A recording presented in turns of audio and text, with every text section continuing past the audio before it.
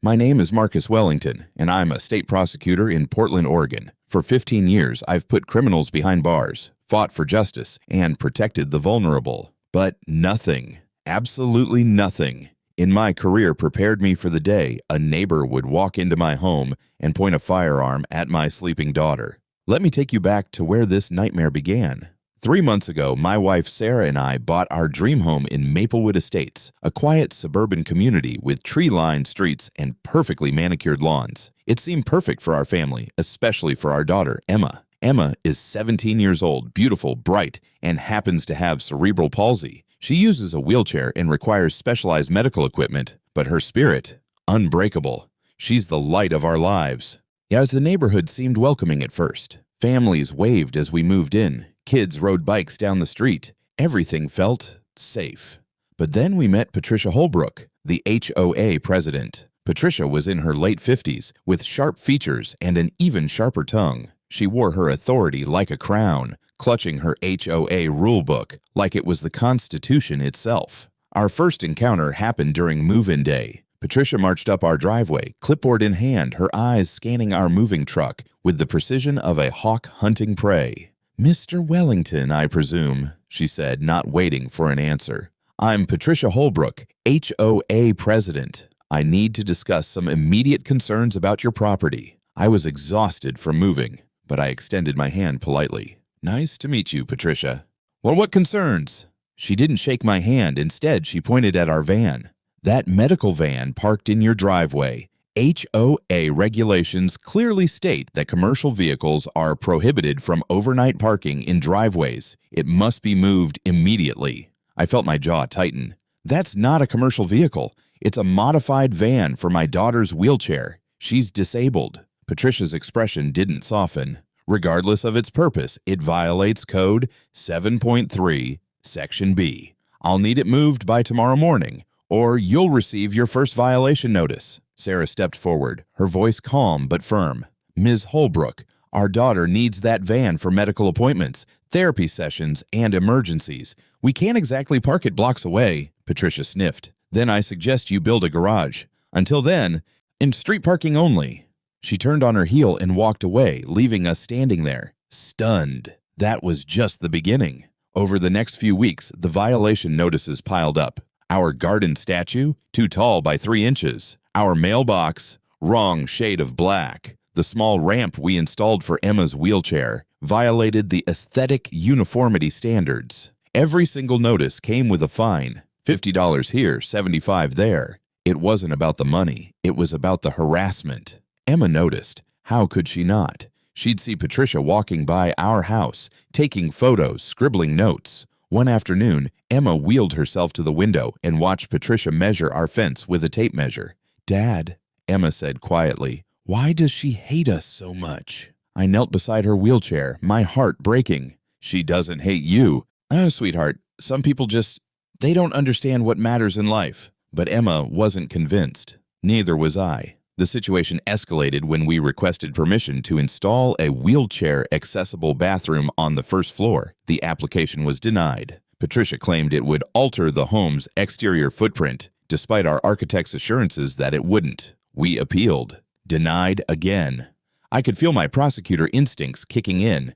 This wasn't about rules. This was personal. Then came the incident that changed everything. It was a Tuesday afternoon in late September. Sarah was at work, and I was in my home office preparing for a major trial. Emma was upstairs in her bedroom, resting. She'd had physical therapy that morning and was exhausted. Her bedroom door was open, and I could hear the soft hum of her medical equipment from downstairs. Around 2:30 p.m., I heard our front door open. I assumed Sarah had come home early. "Sarah?" I called out. No response. I heard footsteps on the stairs, heavy, deliberate, not Sarah's. My instincts screamed danger. I quietly moved toward the staircase, my phone already in my hand, ready to dial 911. As I reached the landing, I heard a voice. Patricia's voice, coming from Emma's bedroom. "I've had enough of this family's disrespect for community standards." I rushed down the hallway and froze in Emma's doorway. Patricia Holbrook stood in the middle of my daughter's bedroom, her face red with fury, pointing what appeared to be a handgun directly at Emma, who was lying in her specialized medical bed, eyes wide with terror. Time stopped. "Get out of my house!" I roared. And stepping between Patricia and Emma, Patricia's hand trembled, but she didn't lower the weapon. "This family has violated HOA regulations 17 times. You think you're above the rules? You think because you have a disabled child you can do whatever you want?" My mind raced through 1,000 scenarios. I'm trained in de-escalation, but this wasn't a courtroom. This was my daughter's bedroom. This was a woman who had clearly lost all sense of reality, standing in my home with what I could now see was a realistic-looking firearm pointed at my child. "Patricia, put the weapon down, now!" My voice was steady, but inside, I was screaming. "Not until you people learn to respect the HOA!" she shrieked. Behind me, I could hear Emma's breathing. Fast, panicked. I needed to end this. Now. In that moment. Everything I'd learned as a prosecutor crystallized into pure, controlled fury. I took one calculated step toward Patricia, my hands raised but my voice dropping to a deadly calm. "Patricia, I'm going to say this once. That is my daughter. You are in my home, uninvited, threatening a minor with what appears to be a weapon. You have exactly 3 seconds to put it down and leave, or I will ensure you spend the next decade in a state penitentiary." 1. Patricia's eyes flickered with uncertainty. 2. Her hand wavered. She dropped the gun. It clattered to the floor, and I immediately saw it wasn't real. It was a pellet gun designed to look like a Glock 19. Still dangerous, still a weapon, still an unforgivable violation. "Get out," I said, my voice like ice. "And don't you dare speak. The police are already on their way." I'd pressed the emergency call button on my phone the moment I'd entered the room. Patricia seemed to realize the gravity of her situation for the first time. Her face went pale. I was just trying to make a point about the rules." "You pointed a weapon at a disabled child in her own bed. Get out." Patricia fled. I heard her stumbling down the stairs, the front door slamming. I immediately turned to Emma, who was trembling, tears streaming down her face. "Dad, I was so scared." I wrapped my arms around her, my own hands shaking. "You're safe, baby. You're safe. I've got you." The police arrived within 4 minutes. I gave my statement with the precision I'd use in a courtroom, detailing every moment, every word. They found Patricia in her home, 2 houses down, and still clutching her HOA rulebook. She was arrested on the spot, breaking and entering, criminal threatening, menacing with a dangerous weapon, and child endangerment. But I wasn't finished. Not even close. The next morning, I walked into my office at the District Attorney's building and requested an immediate meeting with my superior, District Attorney Helen Rodriguez. "Marcus, I heard about what happened. I'm so sorry. How's Emma?" "Traumatized, but physically unharmed," I said. "Helen, I want to personally prosecute this case." She hesitated. "You know that's not protocol. You're the victim's father. And I'm also the best prosecutor in this office. Patricia Holbrook terrorized my family for months, violated multiple statutes, and traumatized a disabled minor. Yet I want her to face the full weight of the law." Helen studied me for a long moment, then nodded. "I'll assign you as co-counsel with Jennifer Park. But Marcus, by the book. No personal vendettas." "This isn't personal," I said. "This is justice."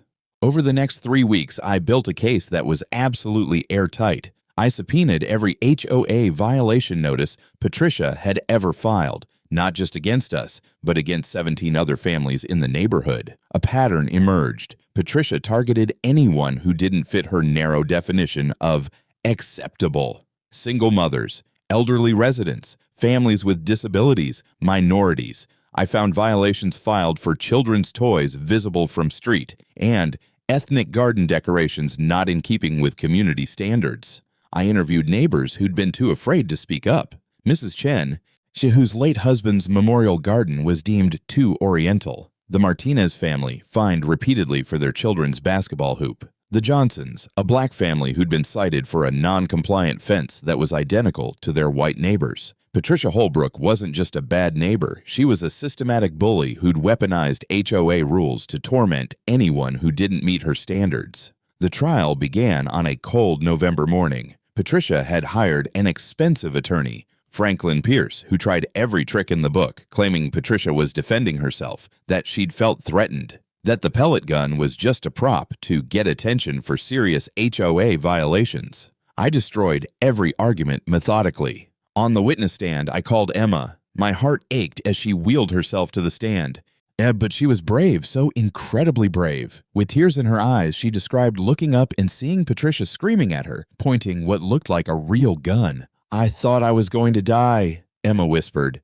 "I couldn't even get out of bed to run away." The jury looked devastated. Several were crying. I also called our security expert, who confirmed that Patricia's pellet gun was powerful enough to cause serious injury or even death at close range. I entered into evidence photos of Emma's bedroom, her medical equipment, her specialized bed, the stuffed animals she still slept with, because despite being 17, she was still a child who needed comfort and safety. In my closing argument, I didn't yell. I didn't perform. I simply told the truth. Ladies and gentlemen of the jury, this case is about power and abuse. Patricia Holbrook believed that her position as HOA president gave her the right to terrorize families who didn't meet her standards. She harassed us for months. And when we didn't break, when we didn't leave our home, she escalated. She entered our house uninvited. She walked into a disabled child's bedroom, and she pointed what appeared to be a deadly weapon at a 17-year-old girl who was lying helpless in her bed. That is not community leadership. That is criminal behavior, and it demands accountability. The jury deliberated for 2 hours. When they returned, the verdict was unanimous. Guilty on all counts. Patricia Holbrook was sentenced to 4 years in state prison, followed by 5 years of probation. The HOA immediately disbanded her presidency and issued a formal apology to every family she'd targeted. Several families, including ours, filed civil suits that resulted in significant settlements. But the most important outcome? Emma felt safe again. We installed that wheelchair-accessible bathroom. We painted our mailbox whatever color we wanted. And every morning, when Emma wheels herself to the window, she doesn't see Patricia with a clipboard. She sees neighbors who finally feel free to be themselves. Justice isn't just about punishment. It's about protection. It's about ensuring that bullies, no matter how official their title, can never terrorize the innocent again. And that's exactly what I did.